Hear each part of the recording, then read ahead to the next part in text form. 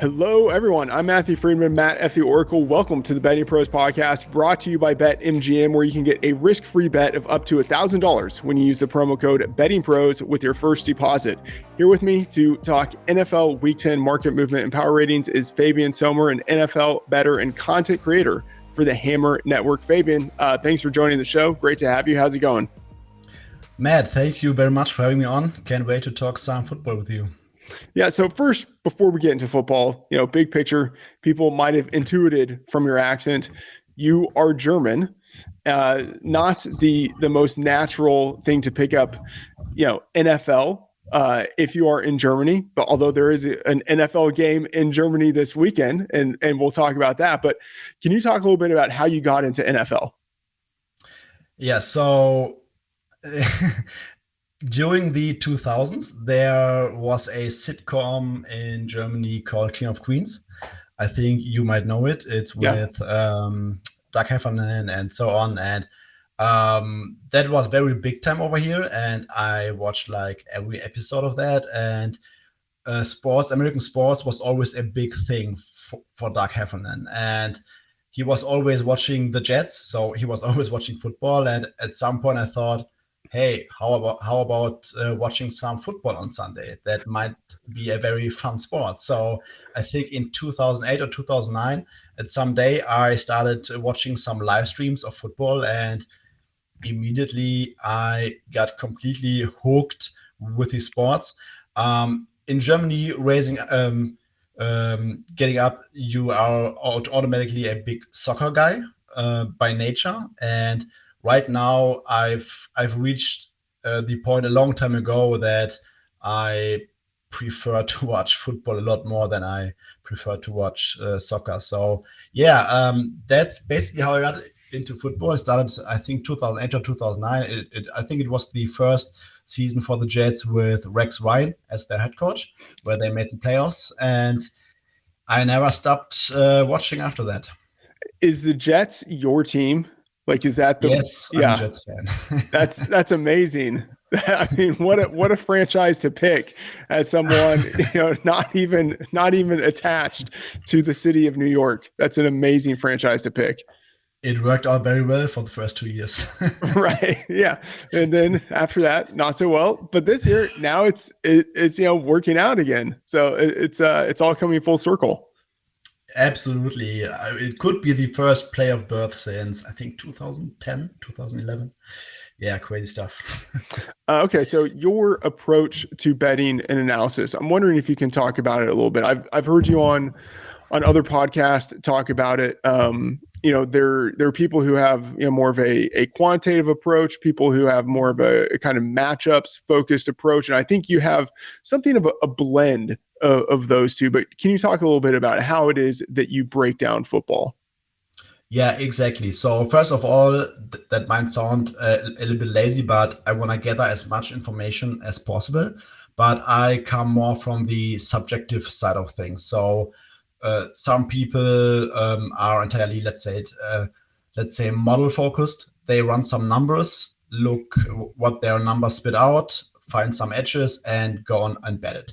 I've also used models in the past. I've built models, I've used power ratings and stuff like that, but everything was just a tool for me to get some kind of a baseline to my weekly handicapping process. But everything really starts for me with a qualitative approach, subjective approach, so to speak. So I care primarily about the matchup on the field.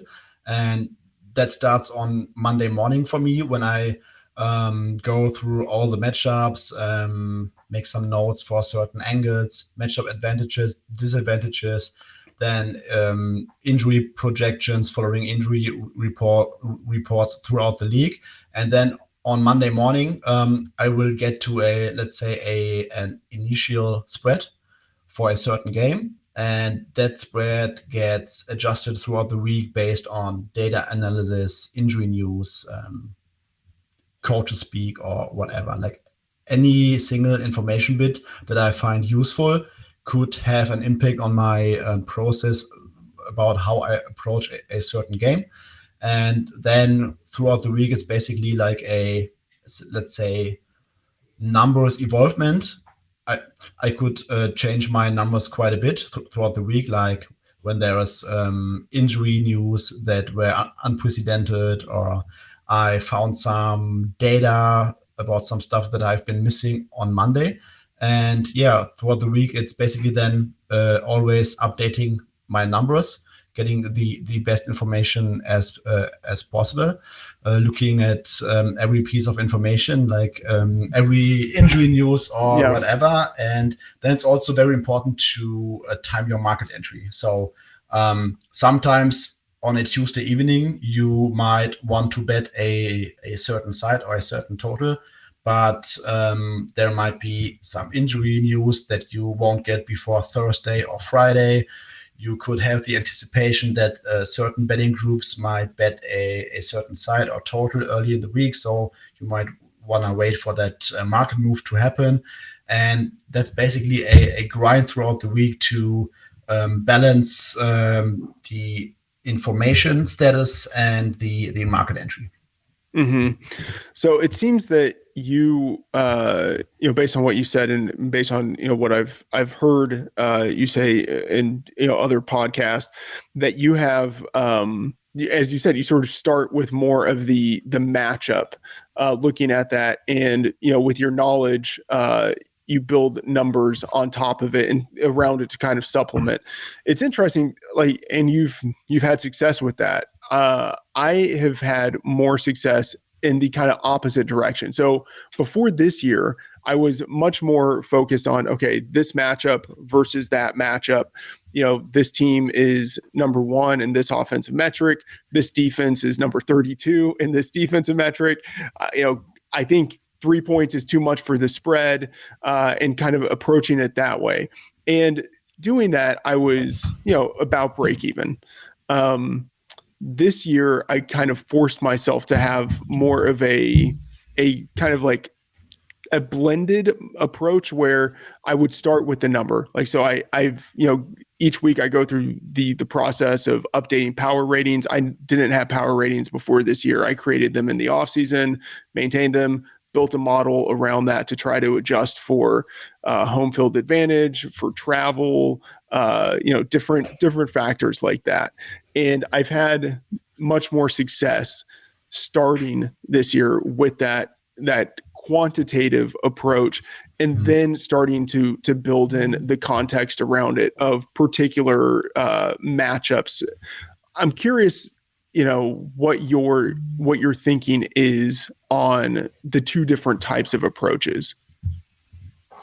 To be completely honest, I think if you ask 10 successful bettors in any given sport, you will probably get 10 different answers as to how they approach handicapping. And I think I always say many ways lead to Rome.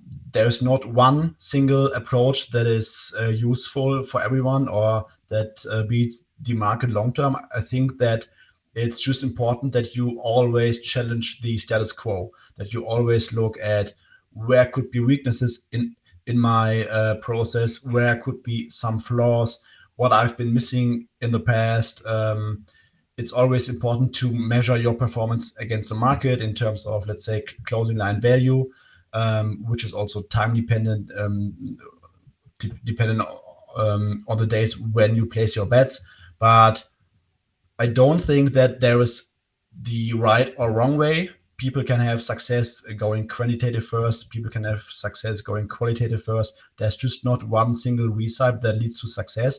It's just important to always challenge yourself, try to gain more knowledge, and just don't have the overconfidence in your process. Mm-hmm. All right. You put out an article each week at the Hammer Network, kind of looking at big picture themes and developments for the season and for the previous week. And in your week 9 takeaways piece, you noted the depressed scoring environment for 2022 NFL. Now we're in week 10, so we have 9 full weeks of information at this point. And in no week so far has the over hit in more games than the under. I mean, that's just, it's not mind-boggling, but it's not statistically probable. And for the year, the under is 81 and 55. What is your read on why we are seeing what we're seeing and what that might mean moving forward.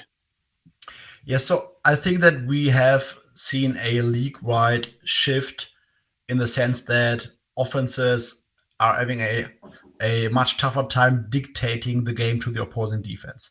So for years, we have seen some juggernaut offenses like the Chiefs, the Shanahan offenses, the McVay offenses, etc., always being consistently good. We have seen defenses playing lots of single high cover 3 in the past, where we had the let's say evolving Seattle Seahawks defense from the early 2010s.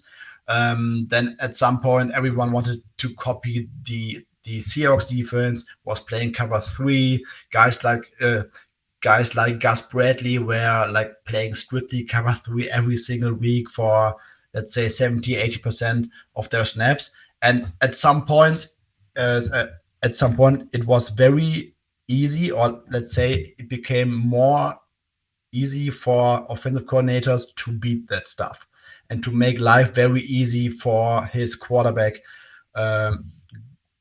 etc. And at some point, there was a shift, like defenses didn't want to get beat deep anymore.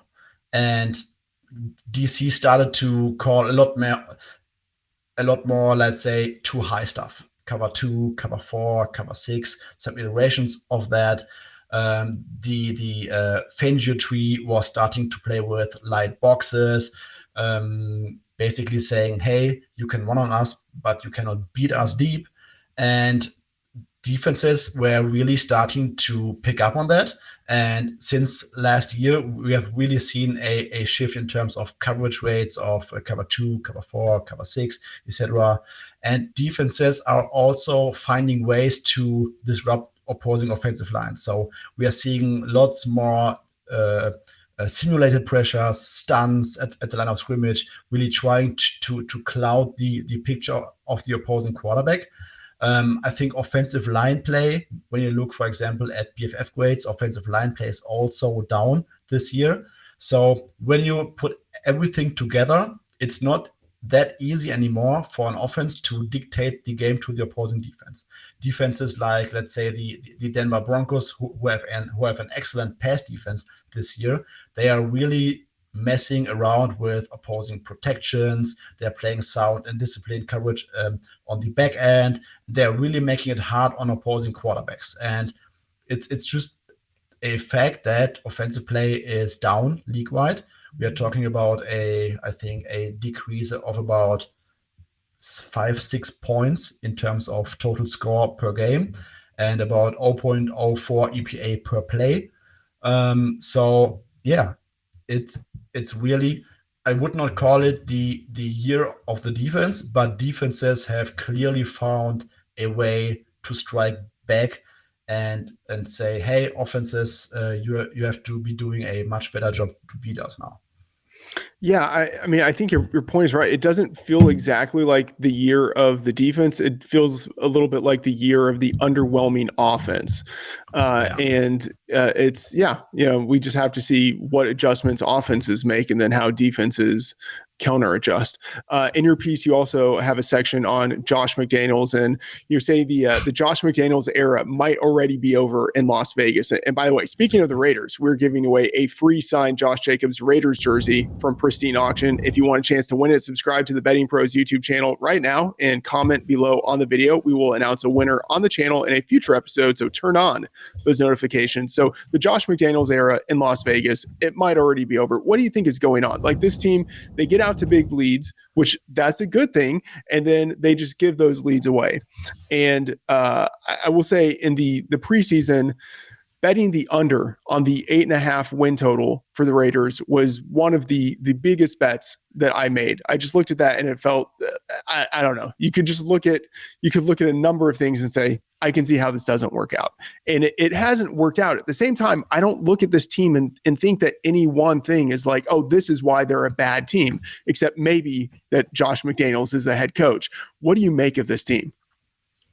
First of all, I did not expect them to lead the AFC West after 9 weeks, but I expected them to be, let's say, more competent on offense. Like their defense right now, I think they rank 26th or 27th in EPA per play. They are, I think, second to last against the pass. So that's something that Josh McDaniels doesn't really account for a lot, but you can certainly point towards the offense not playing up to the level that they were supposed to be. So, I mean, Derek Carr has been a very decent quarterback for the past 2 to 3 years. Davante Adams has been arguably the best wide receiver last year. Hunter Renfrow had an absolute stud breakout season. Mac Hollins is making plays down the field. I think he's up there among the top 10 wide receivers in terms of EPA per target. And then you also had Darren Waller for a few games. Josh Jacobs is having a fantastic season. So there's really no reason why this offense should not be a, let's say, top 12, top 10-ish offense. And that's really mind-boggling. And I don't really have a reasonable explanation for that. I mean, against the Saints, you could see that Davante Adams was clearly sick.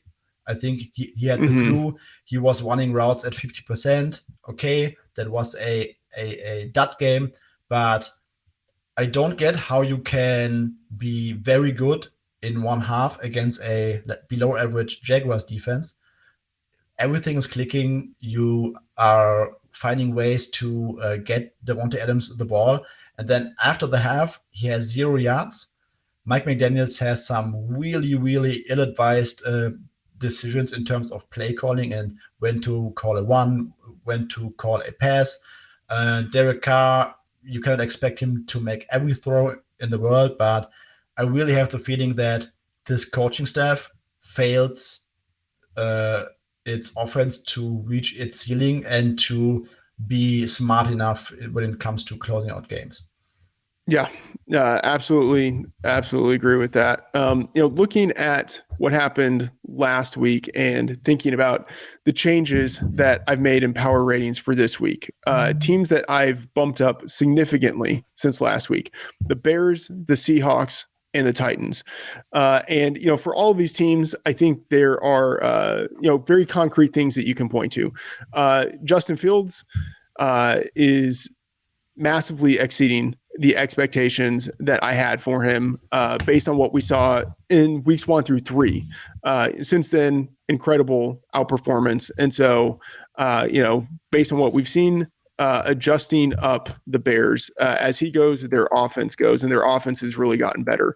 Seattle, I've adjusted them up pretty significantly since last week, in part because I was so slow early in the year to adjust them up. I probably held on to my priors with Seattle longer than I should have. If they weren't the bottom ranked team for me entering the year, they were certainly bottom 3.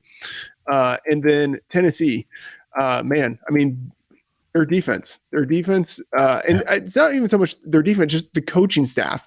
This is a coaching staff. That's sort of like the opposite of what we see with the Raiders and Josh McDaniels. This coaching staff always seems to get the most out of its players, even if in terms of EPA or success rate or any of the on-field metrics you would look at, it doesn't seem like this is all that great of a team, but they always play well.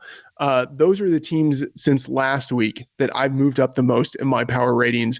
I believe you have also moved the Bears up quite a bit in how you are evaluating them from last week. What are your thoughts on what we're seeing out of Justin Fields? Incredible development. So, first of all, they have adjusted their, let's say, offensive scheme to the point that they are just letting him run. They are designing runs for him. And they're basically saying, hey, Justin, when there's pressure, just go. Just go and be the best athlete on the field. That's something that Matt Nagy didn't want him to be last year, which in hindsight is really crazy to think about. And I think over the past 3 weeks, not only has the scheme changed and we see more designed runs, he also seems to be more decisive and just lets it rip. So the biggest critic early in the season was that he's taking sack after sack after sack after sack. And now he is just not holding onto the ball too long. He just goes or he lets it rip. And I think this is an incredible development, because converting a sack to an incompletion is good to begin with, but converting a sack to a scramble for 12 yards is even much better. And scrambling really, really is key. And scrambling is also a key when we go back to this season's scoring environment, because defenses are really taking away the deep ball, are messing around at the line of scrimmage, and there are opportunities for quarterbacks to turn scrambles into even more valuable propositions. And if you let an athlete like Justin Fields scramble, good things will happen. All right. Yeah. I mean, as you say, the development, especially what we've seen in the past month, has been fantastic. The week after the Super Bowl, I was in Las Vegas for a conference, and I placed 3 MVP bets at that time. Total degenerate move, whatever. One of them was 80-1 Trey Lance. That is obviously dead. One of them was 100-1 Tua Tagovailoa. That's probably not going to work, Great. but I don't hate the value that I have on it now. And then the third one was 150-1 Justin Fields. Obviously, that's not cashing, but I'm thrilled with the development. Like, the thesis of placing that bet is what we've started to see in Justin Fields for the past 3 weeks. So it's exciting to imagine what he could become if they are able to build around him next year and the year after that. Like, maybe he actually could be an MVP candidate next year if he continues on this trajectory and they're able to build around him. Now, on the flip side of this, and I gotta say, like Luke Getsy, it seems like he's done a pretty good job of changing the way that he's approaching the talent that he has. And kind of on the flip side, Luke Getsy left the Packers. Obviously, they had other coaches leave the coaching staff, and we've seen that offense really for the Packers has not been good. It's massively underwhelmed. And so I continue each week to move the Packers down in my rankings. And of course, other teams that I significantly moved down this past week, the Colts and the Panthers.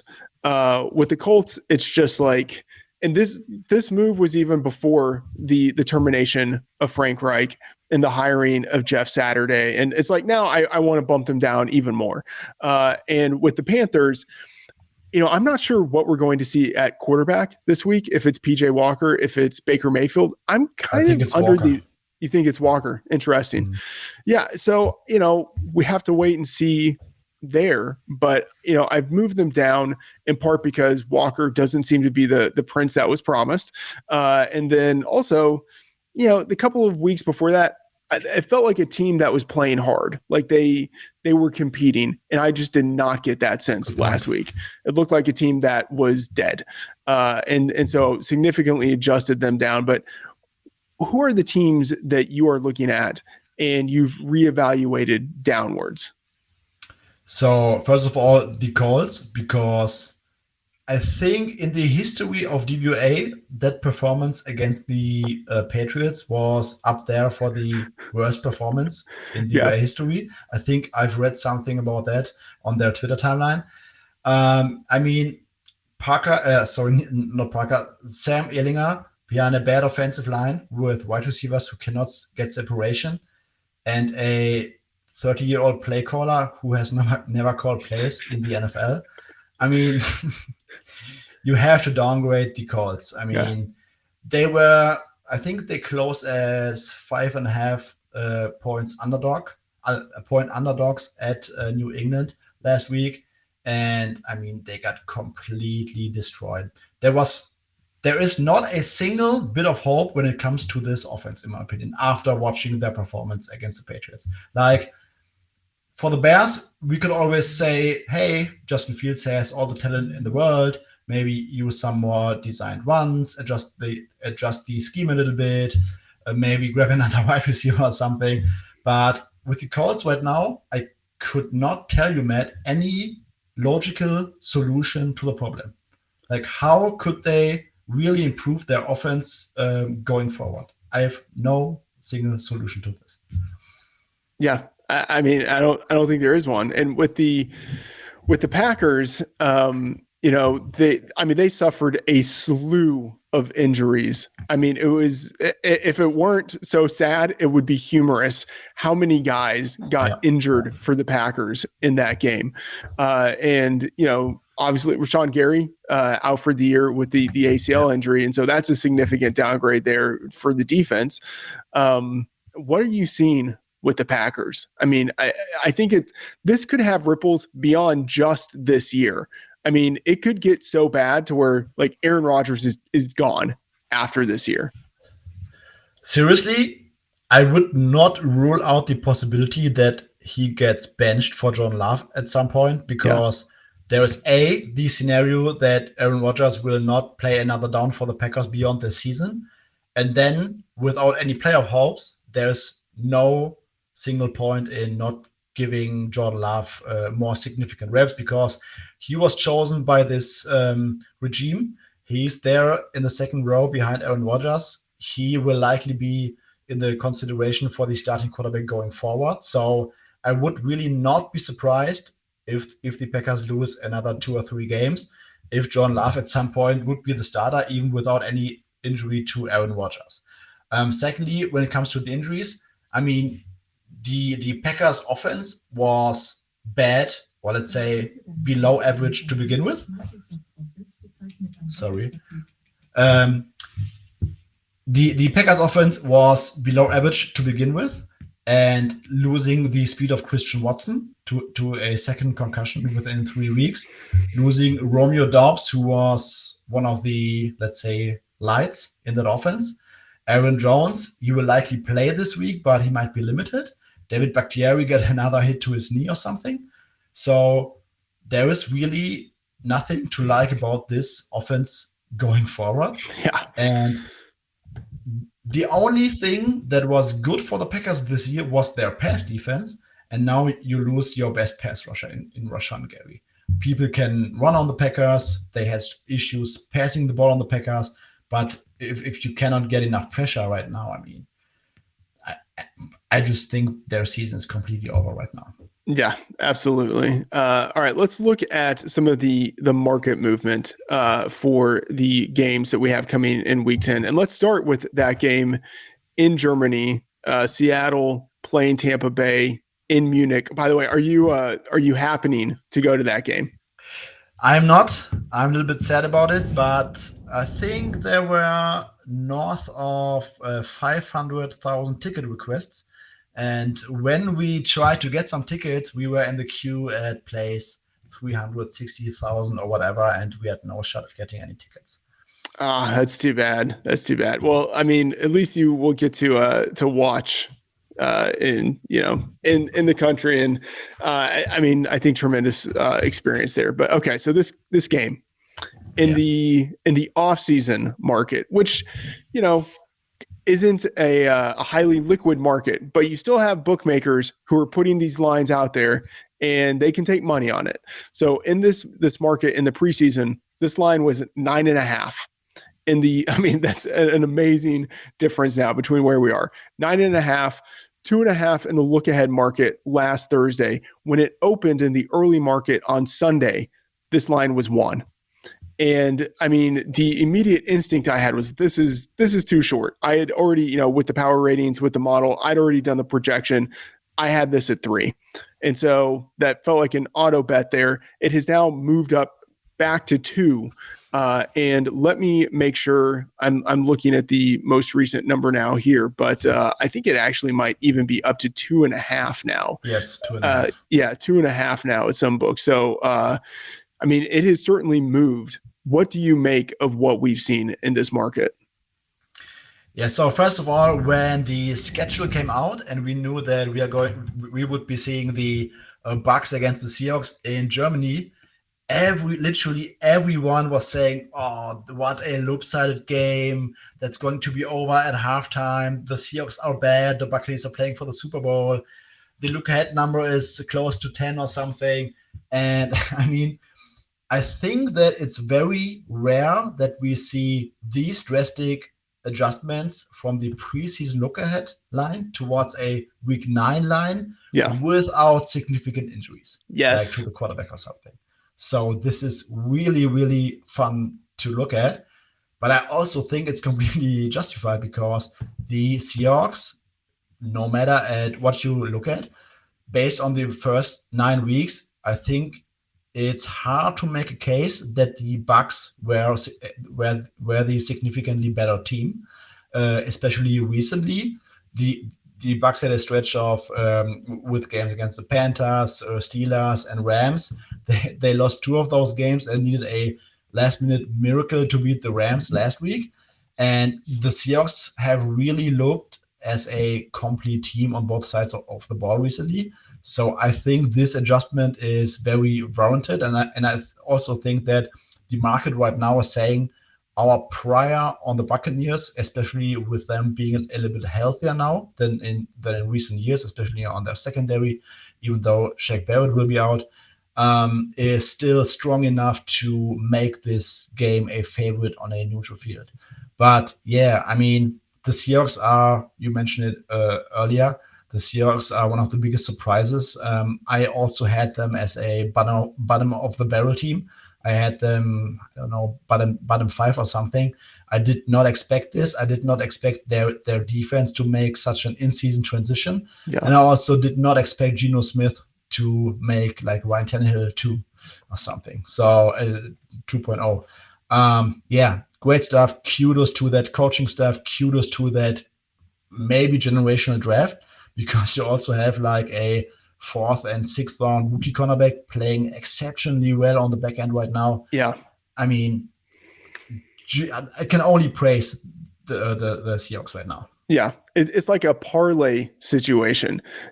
For that team to turn into what it is now, Geno Smith had to have a season that very few people would have foreseen. That offensive line with 2 rookie tackles had to play much better than anyone would have anticipated. And then on the defense in the secondary, 2 rookie cornerbacks had to outperform expectations in a manner that no one would have anticipated. And you put it all together, and yeah, this team is playing with some, I mean, serious mojo, right? I mean, it feels like they are, especially in underdog situations, they are the type of team that can win outright against almost anybody, except for one of, the better teams in the league, Chiefs, Bills, that type of situation. And speaking of the Bills, we've got to talk about this game. So this, you have Buffalo hosting the Vikings. The Bills in the preseason look ahead market, this number was 7.5 or 8. And, it opens 7.5 and you're like, oh, not much adjustment, right? Everything seems to be the same, except like there's been some serious movement in the look ahead market. On Thursday, this number was 9.5. And I would say even that to me felt a little bit low, but now we have seen Josh Allen for 6 consecutive quarters play subpar football. And then at the end of last week's game, injured his elbow. And so this did open at 7.5 above the key number, but it went under, and it's, it hit 6.5.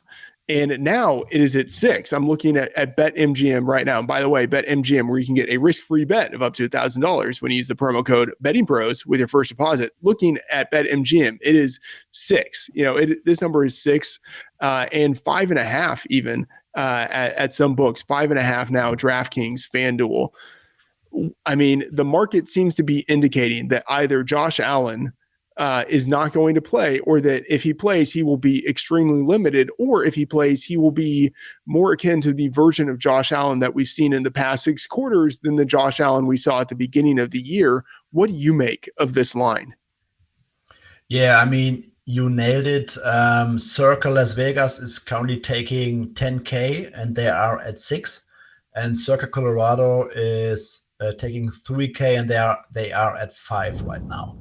Yeah, so today I listened to a podcast and I basically try to gather some more viewpoints from all those Twitter doctors, fantasy doctors, and stuff like that.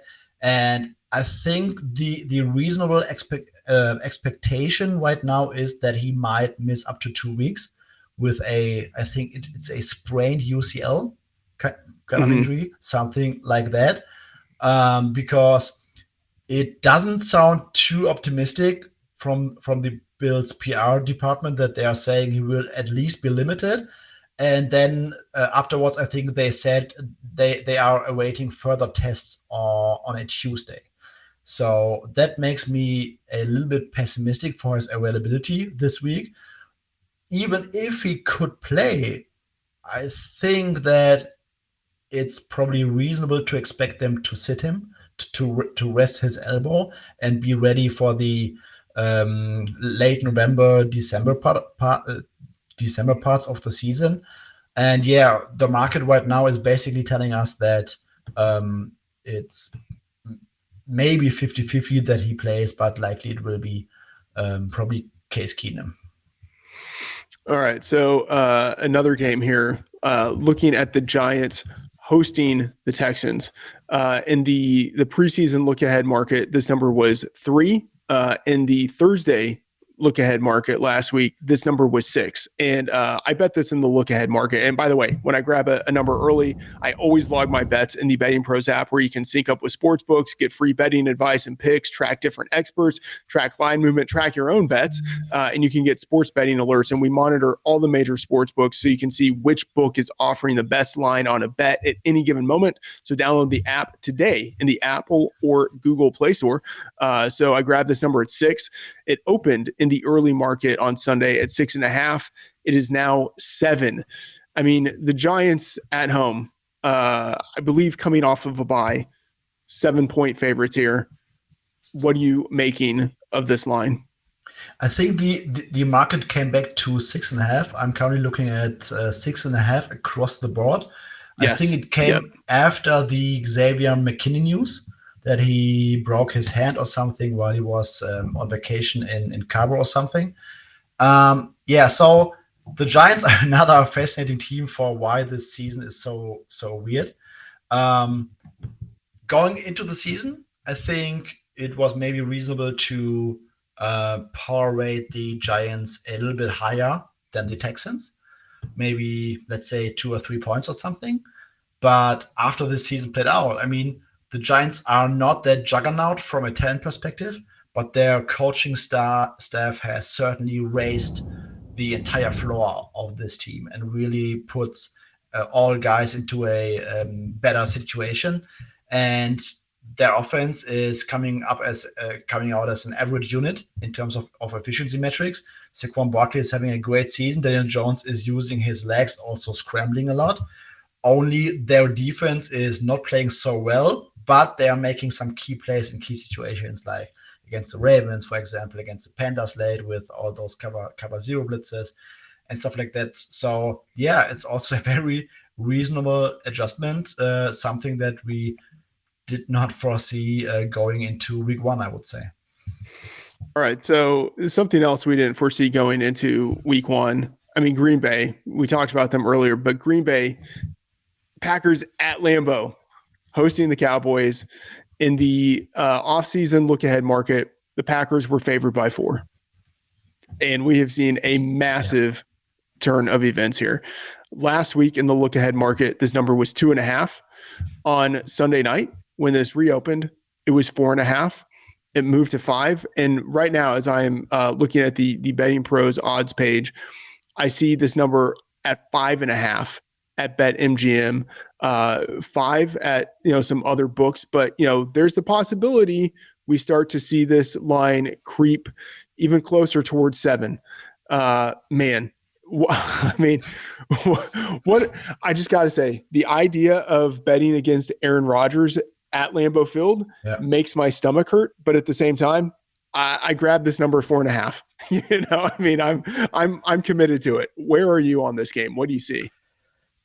Yeah, I mean, could you ever imagine Aaron Rodgers being a 5-point underdog at home? Like, going into the season, even though we believe that the Packers might take a step back, we would not have made them 5-point underdogs at home to anyone in the league. Yeah. Not the Bills, not the Chiefs, not anyone.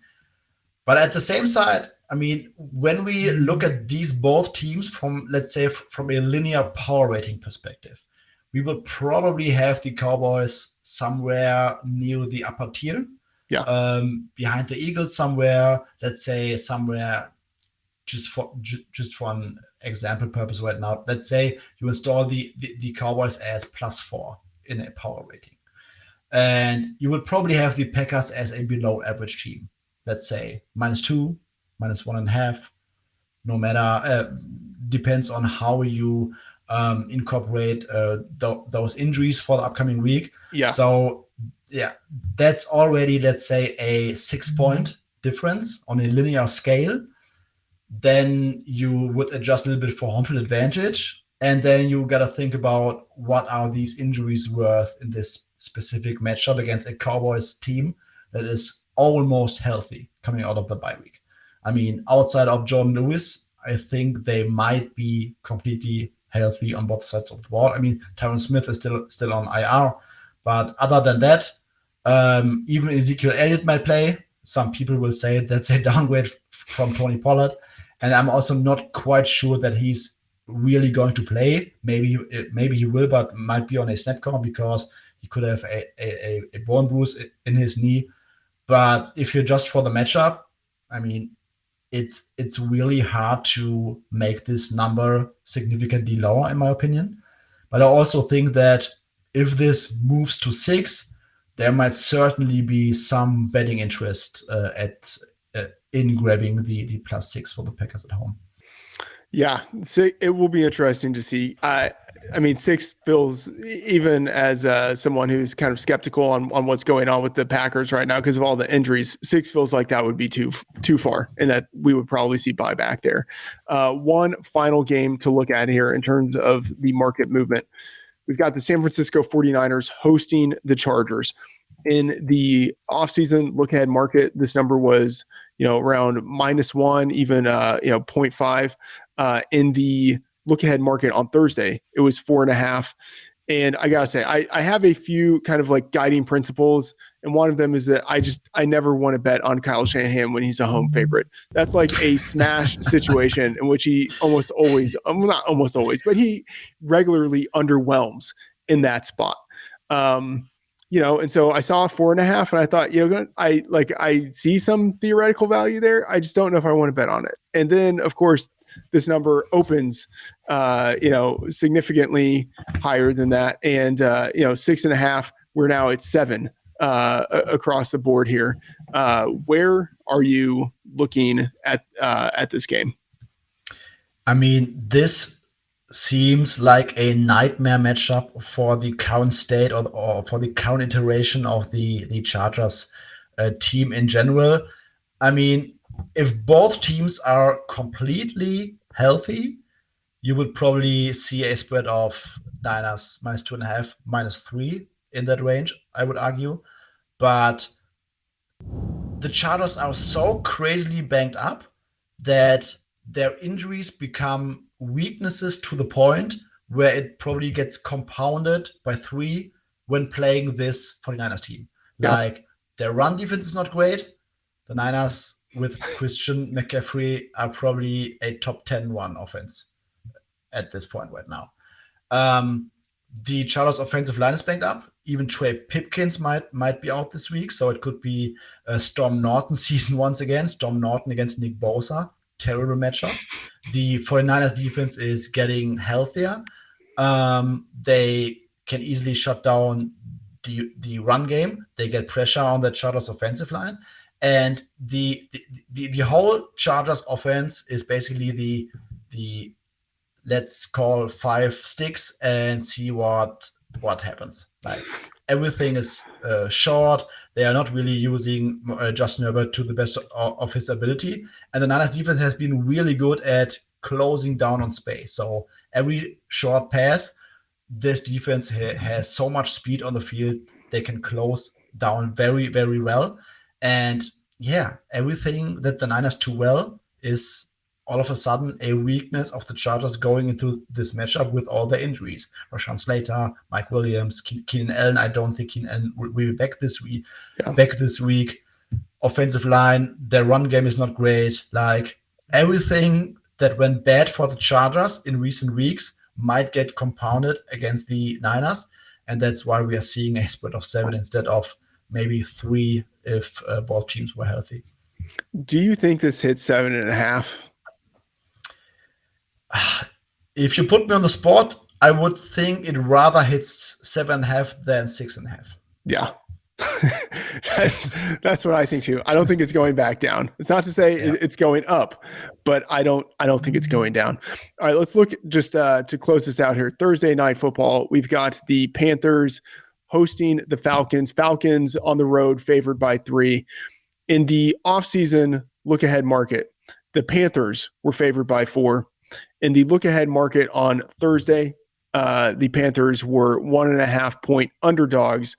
On Sunday, this opened as 2.5 plus 2.5 with the Panthers, and now it has moved to 3. Let me make sure we are actually still at 3. Yeah, we're still at 3 on that number. So, significant movement from what we would have expected in the offseason to where we are now. I gotta say, I bet this at 2.5, but I have this projected exactly 3. And on the over under here, it's 44.5. I have it exactly at 44.4. So I'm not really showing any value there. Of course, I guess if you had to bet in one direction, probably just always bet the under, given what we've seen this year. But do you have any thoughts on what we might see in this game? I don't have a strong opinion in terms of how the game might play out. I think it will play out differently from the last game. I mean, when we think about the closing line, I think the Falcons closed -4, -15, something is somewhere in that range. Now they are laying 3 on the road. That's basically a 6% adjustment in terms of win probability, switching home field advantage. That sounds reasonable to me. I don't think that any injury situation on either side got significantly worse versus the other. So we are just basically saying, hey, home field advantage switch, 6% win probability. Either you think that's too high or too low. And I think in the first game, the Panthers averaged 0.2 EPA on runs. That's even very high against a Falcons defense. And PJ Walker had like 2 or 3, let's say 2% completion probability balls in the second half. That it's very hard to see him bring that A game, and it's also hard to see the whole Panthers offense bringing that A game again. So if you think the Panthers had a miracle game against the Falcons earlier, I think it's reasonable to look at the Falcons in this game. Or if you say the Falcons are also a fake team and the Panthers are getting a little bit healthier on defense, someone might look into the Panthers. But for me right now, I have not bet anything on this game, and I don't really have a strong opinion either way. Yeah, the real winner of the game might be the person who decides not to watch this on Thursday Night Football. I will certainly not stay awake for this. Right. Well, yeah, your incentive to watch these games is a little bit different than the incentive for people in North America. But either way, wherever you are, it might be a strong life decision not to watch this game. All right, Suma, thanks so much for joining us. Tell the people about all that you have going on at the Hammer Network. Yeah, so on every Monday around 10 a.m. in the morning, I will have my takeaways article up, where I dive into usually into 3 or 4 things that stood out to me on Sunday. You will find it on thehammer.bet. On Wednesdays, I'm doing the Move the Line shows with my friend Matt Landis, where we dive into some of the marquee line moves up to this point and try to make any sense of it, why the betting market bets has bet a certain side up, why they like the under in any game, or the over, or something like that. And on Thursdays, I do the Matchbook podcast with Drew Dinzig and Rob Pizzola. That starts at 2:30 Eastern time. Always promoted on Twitter. And yeah, if you want to follow me on Twitter, you can find me at Suma810 SUUMA.